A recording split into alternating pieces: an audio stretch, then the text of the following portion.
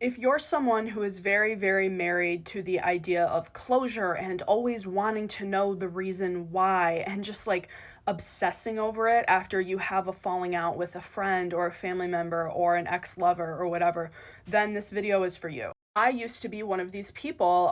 Every time I had a disagreement or an argument or some sort of, big blow up with somebody that was previously very involved in my life, I would be so insane about knowing the why. Like, but why? Why did they do it? What caused them to? What did I do wrong? What happened in their life that propelled them to do this?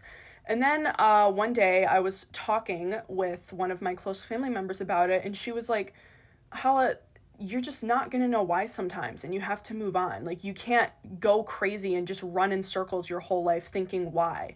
It doesn't matter in the end. She's like, if you found out why right now, how would your life change? And I was like, she ate me the fuck up because it's true. It's like it doesn't fucking matter. It doesn't matter. And in most cases, especially if it's like you guys blocked each other, it was this big thing, you're not in contact anymore, you're not going to know why. And a lot of the time the reason why doesn't even involve you. It's like internal factors that were happening in their own life. It's a story that they would never even tell you, even if you were close. Don't go crazy obsessing over things like this. Like, if you're someone who just you can't go to sleep without answers, you're gonna have to learn to. It totally sucks, but it is part of growing up. And once you accept this fact, and it just gets so much easier, when, because inevitably it'll happen again.